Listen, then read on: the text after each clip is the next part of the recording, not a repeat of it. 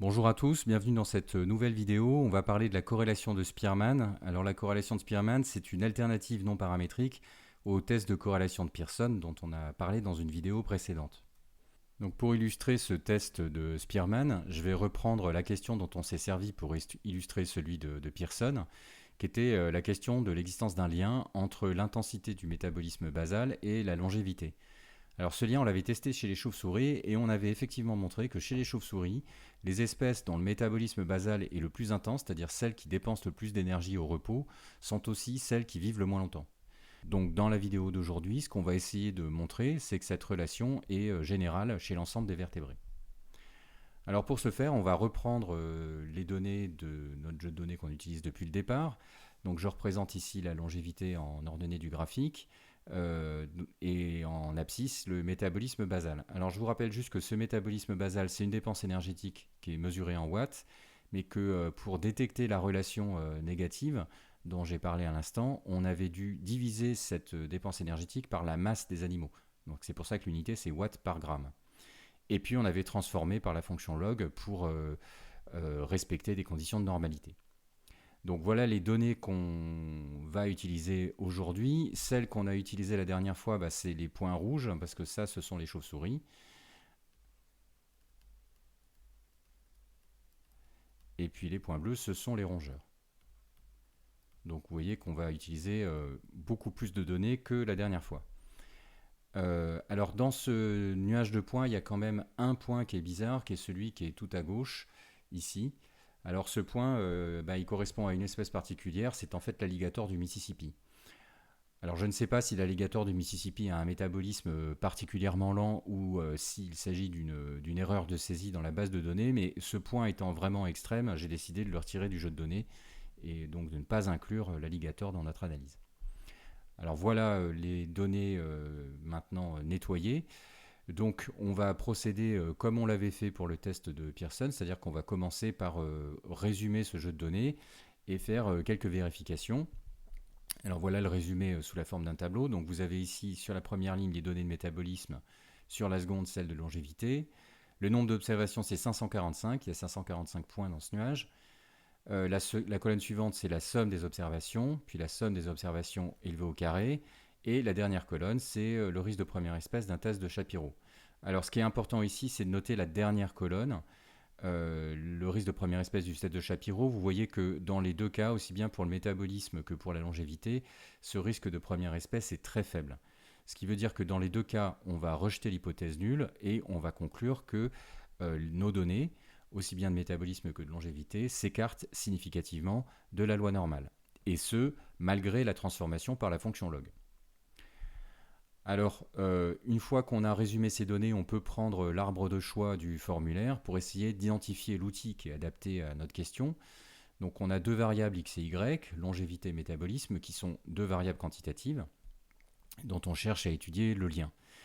Notre variable x n'est pas contrôlée, puisqu'on n'a pas décidé à l'avance du niveau de métabolisme de nos espèces, on ne fait que le constater. Donc, x est bien une variable aléatoire.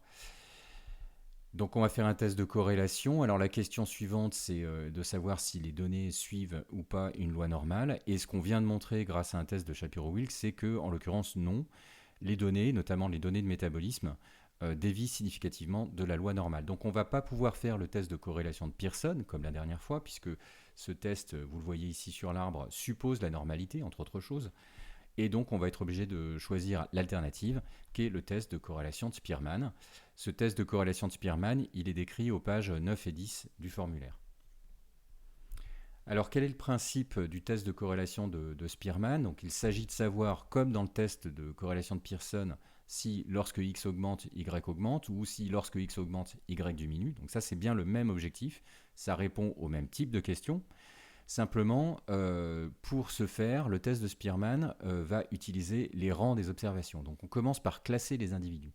Donc vous avez ici le début de notre tableau de données, donc chaque ligne correspond à une espèce, et puis vous avez dans cette colonne-ci les données de longévité, alors transformées par la fonction log, et puis ici les données de métabolisme aussi transformées par la fonction log. On peut classer nos individus, mais en fait on peut faire deux classements, parce qu'on peut classer les individus selon leur longévité, donc de l'espèce qui vit le moins longtemps à l'espèce qui vit le plus longtemps, ou bien selon leur métabolisme, de l'espèce qui a le métabolisme le moins intense à l'espèce qui a le métabolisme le plus intense. Ces deux classements, en fait, vont donner deux valeurs de rang. Donc par exemple, cette espèce se classe 25e selon sa longévité. Elle fait partie des espèces qui vivent le moins longtemps. Par contre, elle se classe dans les derniers en termes de métabolisme, ce qui veut dire qu'elle fait partie des espèces qui ont le métabolisme le plus intense. Donc voilà les données qu'on va utiliser. En fait, ce qu'on cherche à savoir, c'est est-ce que le classement selon la longévité est cohérent avec celui selon le métabolisme. On ne va plus travailler sur les données brutes, on ne va pas utiliser les longévités, on ne va pas non plus utiliser les données de métabolisme, on va utiliser à la place les rangs. Donc on résume ces données de rang, voilà ce que ça donne. Donc vous avez toujours le même nombre d'observations. On calcule la somme des rangs. Alors somme des rangs pour... Alors j'ai noté somme des rangs 1, en fait c'est la somme des rangs pour la longévité. Donc vous avez une valeur très élevée. Somme des rangs 2, somme des rangs pour le métabolisme. Et vous avez une valeur très élevée là aussi. Alors ce qu'on peut noter dans ce tableau, c'est que les sommes des rangs sont identiques pour les deux variables. Comment ça se fait ? C'est en fait assez logique. Les rangs vont de 1 à 545, puisque j'ai 545 observations. Et ça, c'est vrai aussi bien pour la longévité que pour le métabolisme. Donc forcément, la somme des rangs, c'est la même chose pour la longévité et pour le métabolisme. Ça, c'est logique. Colonne suivante, c'est la somme des rangs au carré. Alors on pourrait se dire, ça va faire comme la somme des rangs, c'est-à-dire ça va être 2 fois la même valeur. Et on constate que non, c'est pas vrai. Donc ça, c'est un petit peu plus difficile à comprendre peut-être, mais ça vient d'une chose qu'on voit dans le tableau. Vous voyez ici qu'il y a des rangs qui ne sont pas des valeurs entières, donc il y a des virgule 5. Alors ça, on a déjà rencontré ça lorsqu'on avait parlé dans une vidéo précédente du test de Wilcoxon. Ces rangs qui n'ont pas des valeurs entières, ça correspond à des ex-aequo. Et en fait, on a beaucoup d'ex-aequo pour la longévité qui est mesurée en années, donc forcément, il y a beaucoup d'espèces qui ont exactement la même valeur dans la colonne longévité. Si on n'avait pas tous ces ex-aequo, les sommes de carrés seraient parfaitement identiques entre les deux variables. Mais il se trouve qu'il y a beaucoup plus d'ex-aequo pour la longévité que pour le métabolisme, d'une part, et puis surtout que les ex-aequo ne concernent pas les mêmes espèces, selon qu'on considère la longévité et le métabolisme. Et c'est ça qui crée la différence entre les sommes de rangs élevées au carré. Donc voilà pour la deuxième colonne. Et comme on va s'intéresser à une corrélation, donc c'est assez logique si vous vous rappelez de ce qu'on a fait avec la corrélation de Pearson, on va aussi calculer la somme des produits des rangs, c'est-à-dire pour chaque espèce, on va multiplier le rang selon la longévité, donc par exemple 471 pour la panthère, fois 58 pour le métabolisme, donc ça c'est le produit des rangs, on fait ça pour toutes les espèces et on additionne, et on obtient cette valeur-ci. Donc voilà notre résumé des données de rang. Et maintenant, ce qu'on va faire, c'est qu'en fait, on va faire une corrélation de Pearson, mais calculée sur les rangs.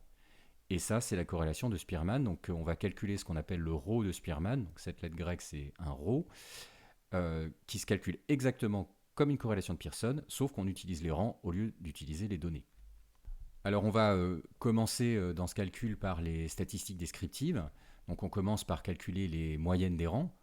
Alors les moyennes des rangs, c'est facile, c'est la somme des rangs divisée par le nombre d'observations. Alors la somme des rangs, on l'a ici, mais en fait on peut aussi la calculer par une formule classique, qui est celle-ci, n plus 1 sur 2, où n est le nombre d'observations, donc 545 pour nous. Je fais mon calcul, je trouve 273. Donc ça c'est pour ce que j'ai appelé R1, donc c'est-à-dire les rangs calculés sur les longévités. Si je fais le calcul pour les rangs calculés sur le métabolisme, je utilise le même calcul. Alors vous voyez, ça se simplifie, ça donne n plus 1 sur 2 et j'obtiens la même valeur. C'est logique parce que les sommes des rangs étaient identiques. Donc voilà, les moyennes des rangs sont identiques parce que les sommes des rangs étaient identiques. Et dans les deux cas, ça fait 273. Donc on va maintenant passer à l'estimation de variance. Donc je reprends l'équation classique somme de la variable au carré divisée par n-1 moins n sur n-1, la moyenne au carré. Alors la moyenne au carré, vous l'avez ici. Donc si on compare avec cette expression, là on peut se convaincre assez facilement que n plus 1 sur 2, le tout au carré, ça fait n plus 1 au carré divisé par 4. Donc ça c'est bien la moyenne au carré. Et ça c'est donc l'équation que vous avez dans le formulaire pour l'estimation de variance. Je fais ma substitution numérique, voilà, et j'obtiens ma valeur de variance, donc cette quantité très élevée. Alors je vais maintenant calculer la deuxième variance.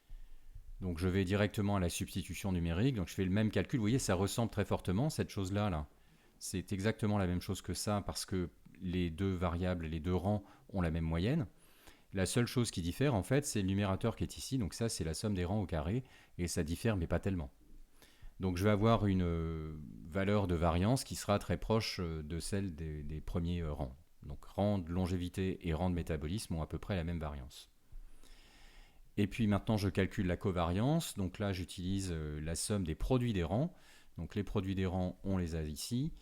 J'utilise mon équation, ma formule d'estimation sans biais de la covariance. Je fais ma substitution numérique et j'obtiens cette valeur. Voilà, donc tous ces calculs, c'est à peu près la même chose que pour la corrélation de Pearson. En fait, c'est exactement la même chose, simplement qu'on est dans un cas particulier où quand on parle de moyenne, c'est des moyennes de rang, quand on parle de variance, c'est des variances de rang. Donc en fait, il y a des calculs qui se simplifient. Mais le principe du calcul est vraiment le même que celui qu'on a suivi pour la corrélation de Pearson. On va maintenant dérouler le test de Spearman étape par étape, en commençant par les conditions de validité. Alors, conditions de validité, j'en ai pas parlé pour l'instant. J'ai rien dit sur la normalité, ça c'est normal. Le test de Spearman ne suppose pas la normalité. J'ai pas parlé non plus d'homocédasticité, c'est normal. Le test de Spearman ne fait pas d'hypothèse sur l'homocédasticité. J'ai pas parlé non plus de linéarité de la relation entre x et y. Vous vous rappelez que le test de Pearson fait cette hypothèse, mais pas le test de Spearman. Donc je mentionne ici qu'il faut simplement que la relation entre x et y soit monotone, ce qu'on peut vérifier graphiquement. Donc je reviendrai tout à l'heure sur cette histoire de relation monotone et je vous montrerai un contre-exemple où on ne pourra pas appliquer le test de Spearman. Dans notre cas, on peut considérer que cette hypothèse est vérifiée. L'hypothèse nulle du test de Spearman, c'est il n'y a pas de lien entre nos deux variables, et s'il n'y a pas de lien, la corrélation de Spearman est égale à 0. Et l'hypothèse alternative, alors on va procéder exactement comme dans le test de Pearson. On a une théorie, là, on a quand même une prédiction assez claire, qui est qu'un métabolisme intense raccourci diminue la longévité des espèces. Donc on s'attend à une corrélation négative entre les deux quantités. Donc je vais fixer H1, la corrélation est négative. Je fais un test unilatéral à gauche. On en vient maintenant au calcul de la statistique de notre test. Donc cette statistique, elle va être appuyée sur le calcul de la corrélation de Spearman, sur le ρ de Spearman. Alors l'estimation du ρ de Spearman, ça fonctionne comme la corrélation de Pearson, c'est-à-dire qu'on va diviser la covariance par le produit des écarts-types. On a tout ce qu'il faut pour faire ça, puisqu'on a estimé la covariance tout à l'heure, et puis on a estimé les variances, donc on peut en déduire les écarts-types. Alors je fais mon calcul, et voilà ce que j'obtiens. J'obtiens une corrélation de Spearman qui vaut moins 0,476, donc qui est négative, ce qui indique une relation décroissante entre métabolisme et longévité, et qui est assez forte, proche de 0,5. Bien, donc cette statistique peut être utilisée pour réaliser le test. Il existe des tables de la distribution du ρ de Spearman, mais ce n'est pas ce qu'on va faire. On va suivre une méthode qui est assez classique et qui ressemble à ce qu'on a fait dans la corrélation de Pearson, c'est-à-dire qu'on va transformer notre corrélation de Spearman en un T de student. Et on va faire ça exactement comme dans le test de corrélation de Pearson, c'est-à-dire qu'on va diviser la corrélation, diviser notre ρ chapeau, notre estimation de la corrélation de Spearman, par son erreur standard, c'est-à-dire par cette racine carrée de 1 moins ρ carré divisé par n-2. C'est exactement le même calcul, ou la même logique en tout cas, que dans le test de corrélation de Pearson. Le résultat qu'on obtient quand on fait ça, c'est moins 12. Alors je vais maintenant pouvoir placer cette valeur de statistique sur mon schéma de distribution qui est à gauche. Moins 12 c'est négatif, donc je le mets à gauche de la distribution. Et puis ce que je peux voir aussi, c'est que vu comment le calcul de t est fait, donc je prends une corrélation et je la divise par une racine carrée qui est forcément positive, et le signe de mon t observé va complètement dépendre de celui de la corrélation. Et donc comme sous H1, je prédis une corrélation négative, sous H1, je prédis aussi des valeurs de t qui sont négatives et je vais pouvoir mettre ma flèche H1 à gauche du graphique, donc vers les valeurs négatives. Alors on doit maintenant s'intéresser à la distribution de cette statistique sous H0. On vient de calculer un t observé, donc de façon assez logique, la distribution de cette statistique, ça va être une loi de Student. Je peux la tracer déjà dans mon schéma, je sais que ça va être quelque chose qui ressemble à une courbe en cloche centrée sur 0. Mais il faut quand même que je connaisse les degrés de liberté de cette loi. Donc les degrés de liberté nus, on a déjà vu ce calcul dans la corrélation de Pearson, c'est n-2, ce n-2 qui intervient, le même n-2 qui intervient au dénominateur du calcul de l'erreur standard. Et donc dans notre cas, ça fait 543 degrés de liberté. 543, on ne va pas le trouver dans la table qui est dans le formulaire, dans la table de Student, donc on va être obligé de faire un arrondi un petit peu brutal encore une fois, et supposer que 543, c'est pas très différent de 120 degrés de liberté. Donc maintenant qu'on a la distribution, eh ben, on peut aussi représenter graphiquement le risque de première espèce. Je fais un test unilatéral à gauche, donc je m'attends à des valeurs négatives de t sous mon hypothèse alternative. Donc mon risque de première espèce, bah, c'est l'air sous la courbe à gauche du t observé que je représente ici, c'est-à-dire que alpha, ça va être la probabilité que t soit inférieur ou égal à t observé sous H0.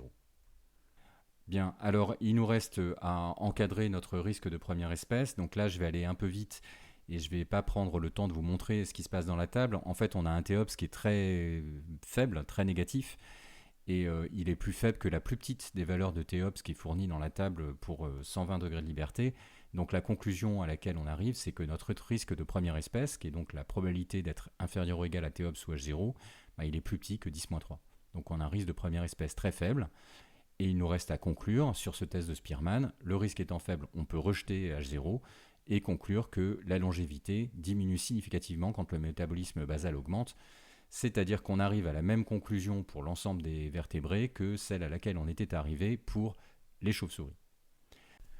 On en a terminé avec le test de corrélation de Spearman, mais j'aimerais pour conclure revenir sur la condition de validité qu'on avait annoncée tout à l'heure, à savoir celle d'une relation monotone entre x et y, et je vais discuter de façon un peu plus générale de la façon dont le test de Spearman dépend de la forme de la relation entre x et y. Alors pour illustrer ce point-là, je vais revenir sur les données qu'on a traitées. Ces données, ce sont des données de métabolisme et de longévité, mais on les avait, rappelez-vous, transformées par la fonction log. Et avec ces données transformées par la fonction log, on avait estimé un ρ de Spearman de moins 0,476. Si on réfléchit maintenant à la façon dont ce ρ de Spearman est estimé, il est estimé par des calculs qui n'impliquent que les rangs des observations. Donc on a transformé nos observations de métabolisme et de longévité et on a utilisé simplement leur classement. Et ce classement, il ne va pas dépendre du fait qu'on ait appliqué ou pas la transformation logarithme. Donc si je prends maintenant les mêmes observations mais sans la transformation log, on voit que les échelles des mesures changent. Je vais de 0 à 0,04 en abscisse, là où j'allais de moins 10 à moins 3. Donc les échelles ont bien complètement changé, la forme du nuage de points a changé. Par contre, la corrélation de Spearman reste inchangée, c'est toujours moins 0,476.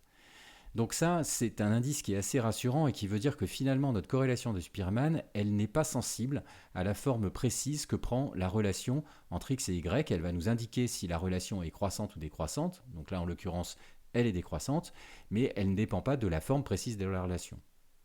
Alors cette conclusion rassurante, elle est presque vraie, mais à un bémol près, à un bémol qu'on peut illustrer avec ce type de relation. Donc ça, c'est typiquement une relation que vous ne pourrez pas étudier avec un test de corrélation de Spearman, et pour être plus précis, vous ne pourrez l'étudier avec aucune corrélation. Pourquoi ? Parce qu'une corrélation, soit c'est négatif, comme dans le cas qu'on a étudié nous, et ça veut dire que y diminue avec x, soit c'est positif à l'inverse, et ça veut dire qu'y augmente avec x. Mais si j'ai une relation où y commence par diminuer quand x augmente, et puis pour les valeurs plus élevées de x, y augmente avec x. Donc j'ai une relation qui n'est pas monotone. Et donc ça, vous ne pouvez pas la mesurer avec un test de corrélation, c'est pas possible. Que ce soit la corrélation de Spearman, la corrélation de Pearson ou d'autres corrélations comme la corrélation de Kendall qu'on ne traitera pas cette année. C'est vrai pour cette relation-là, ça serait évidemment le même problème pour cette relation-ci ou pour n'importe quelle relation où le sens de la relation entre x et y change selon la valeur de x. Donc le test de Spearman est insensible à la forme de la relation entre x et y tant que cette relation reste monotone. Voilà, merci d'avoir suivi cette vidéo et à bientôt.